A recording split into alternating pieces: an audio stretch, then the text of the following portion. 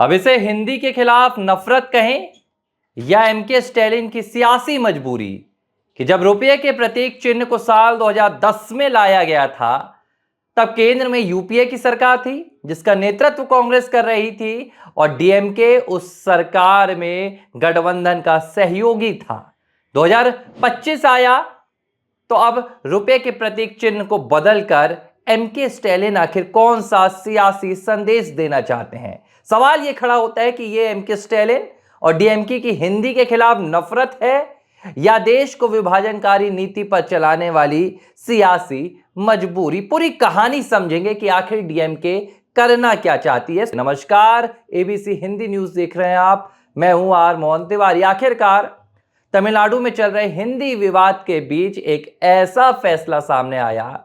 DMK सरकार ने और मुख्यमंत्री एमके स्टैलिन ने एक ऐसा कदम उठाया जिसने पूरे देश को हिलाकर रख दिया है, जिसने पूरे देश को यह सोचने पर मजबूर कर दिया है कि वाकई हम एक हैं।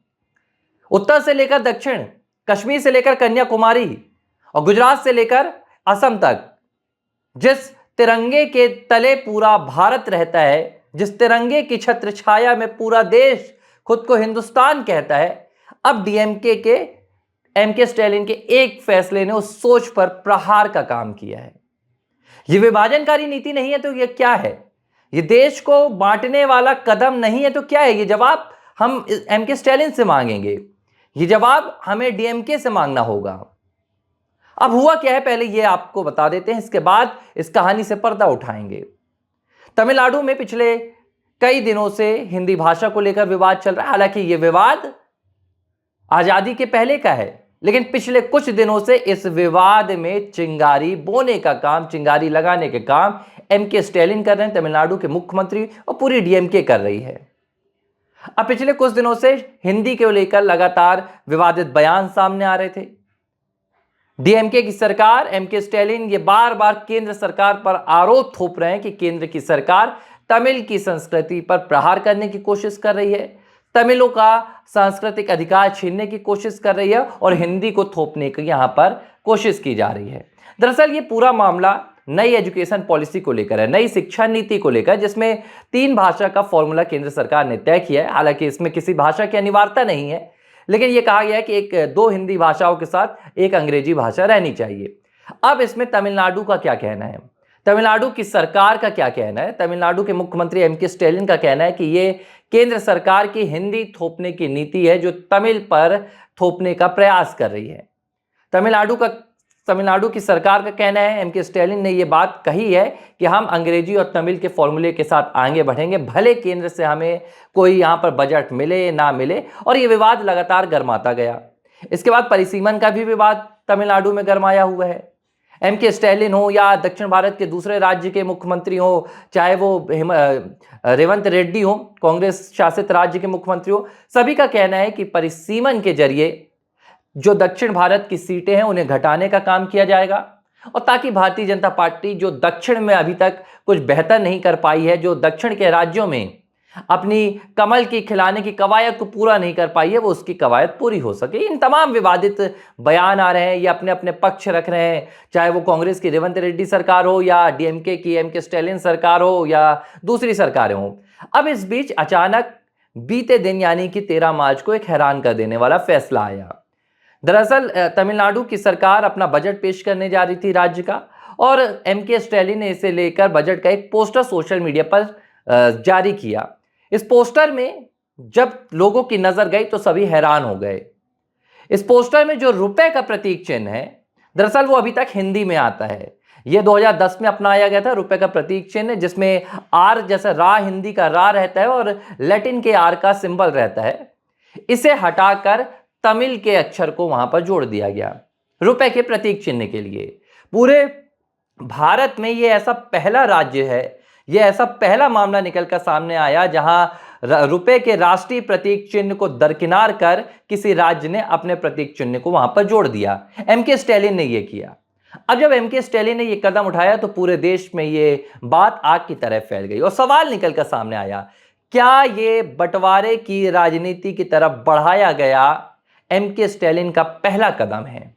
यह सिर्फ अब हिंदी की नफरत तक सीमित नहीं रह गया, यह राष्ट्र की अखंडता को चोट पहुंचाने वाला कदम भी बताया जा रहा है। और बताया क्यों ना जाए, क्योंकि सवाल उठ रहे हैं। यह अगर पहला कदम है, आप हिंदी का विरोध कीजिए, आप हिंदी की भाषा के खिलाफ बोलिए, ठीक है, यह आपकी अपनी यहां पर रणनीति हो सकती है, या आपकी तमिल भाषा को बढ़ाने का उद्देश्य हो सकता है। क्षेत्रीय भाषा को आप ज्यादा मानते हैं, आप हिंदी को नहीं मानना चाहते, इसकी आपको संवैधानिक स्वतंत्रता मिलती है। लेकिन जब आप किसी भी राष्ट्रीय प्रतीक चिन्ह का विरोध करते हैं, चाहे वो अशोक स्तंभ हो, चाहे वो राष्ट्रीय ध्वज तिरंगा हो, या राष्ट्रीय रुपये का प्रतीक चिन्ह हो, तो यह राष्ट्र की अखंडता पर चोट पहुंचाने वाला कदम माना जाता है। और एम के स्टैलिन ने यह कदम अब बढ़ा दिया है। ऐसे में सवाल उठ रहा है, क्या आज रुपया का प्रतीक चिन्ह बदला गया है?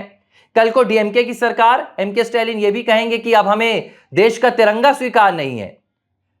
तर्क तो यह दिया जा रहा है अभी कि तमिल को दबाने की कोशिश की जा रही है, हिंदी को थोपने की कोशिश की जा रही है, तो कल को यह भी तर्क दे दिया जाएगा कि तिरंगे को बढ़ाने की कोशिश की जा रही है और जो तमिल संस्कृति है उसे दबाने की कोशिश की जा रही है। परसों आप अशोक स्तंभ मानने से इंकार कर देंगे और फिर वो दिन भी आ जाएगा जब आप संविधान मानने से इंकार कर देंगे, तो ये तो फिर बढ़ता ही जाएगा। इसमें तो फिर कोई सवाल नहीं है कि अगर आपका ये कदम सामने आया है तो ये कदम आगे नहीं बढ़ेगा।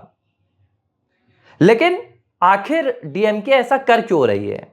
एमके स्टैलिन ऐसा कर क्यों रहे हैं? भारतीय जनता पार्टी ने इसकी भरसक आलोचना की। के अन्नामलाई हैं तमिलनाडु में भारतीय जनता पार्टी के प्रदेश अध्यक्ष, उन्होंने इसे मूर्खतापूर्ण निर्णय कहा। उन्होंने कहा यह बेवकूफी से बढ़कर कुछ नहीं है। आखिर रुपये के प्रतीक चिन्ह से आपको नफरत क्यों होगी? और इससे भी हैरान करने वाली बात क्या है कि ये जो रुपये का प्रतीक चिन्ह है, ये 2010 में जुलाई के महीने में जो अपनाया गया था, ये बनाने वाला उत्तर भारत का नहीं है।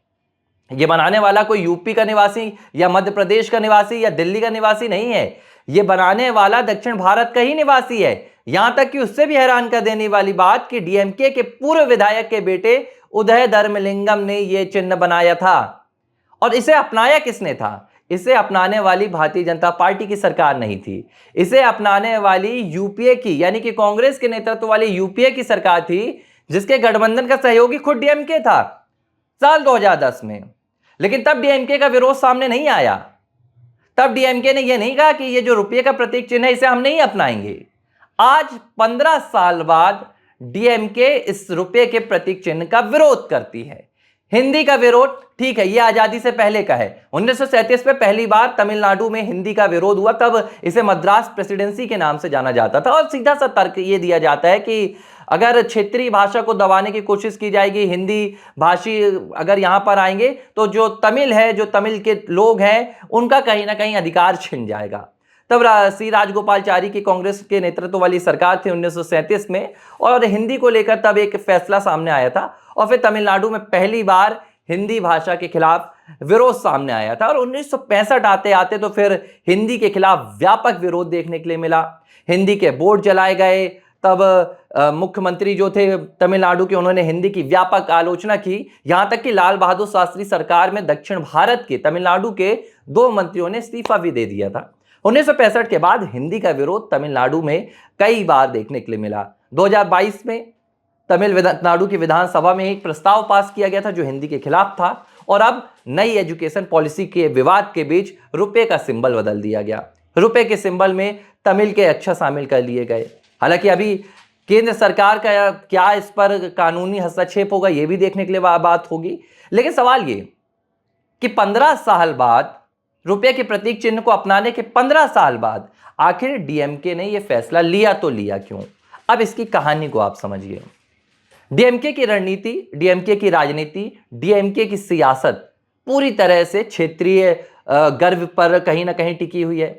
डीएमके जो तमिल भाषा को लेकर अपना अभियान चलाती है, वो तमिलनाडु में तमिल भाषीय लोगों के बीच में ये संदेश फैलाने की कोशिश करती है कि हम तमिल के सबसे बड़े, आपके गौरव के, जो तमिल हमारा गौरव है और हम इस गौरव को बढ़ाना चाहते हैं। और अगर दूसरी भाषा इस पर सामने आएगी तो तमिल का प्रभाव कम हो जाएगा। यह तर्क अपने आप में बड़ा हास्यास्पद लगता है।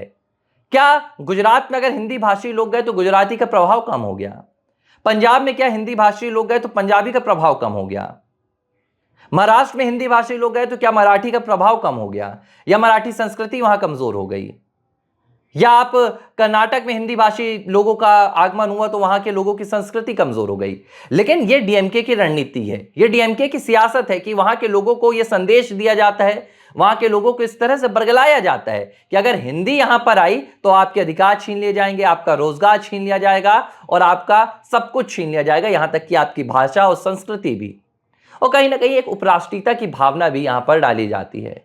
लेकिन अब ये बात सिर्फ संस्कृति की नहीं है, ये बात हिंदी और तमिल की नहीं है, ये बात अब सियासत की आ गई है। अब कुछ आंकड़े आपको बताता हूं। 2019 में लोकसभा चुनाव के जब नतीजे आए तो भारतीय जनता पार्टी दक्षिण भारत में बहुत कुछ नहीं कर पाई थी और महज 3.9% के वोट बैंक के वोट शेयर के साथ तमिलनाडु में भारतीय जनता पार्टी रुक गई थी। लेकिन अब जब 2024 के नतीजे आते हैं तो वोट प्रतिशत में भारतीय जनता पार्टी 3 से 11% तक पहुंच जाती है। और यह बात डीएमके जानती है, यह बात एमके स्टैलिन जानते हैं कि जिस लिहाज से भारतीय जनता पार्टी पूरे देश में लोकप्रियता हासिल कर रही है, ना सिर्फ उत्तर में, ना सिर्फ पूर्व में, ना सिर्फ पश्चिम में, बल्कि दक्षिण में भी।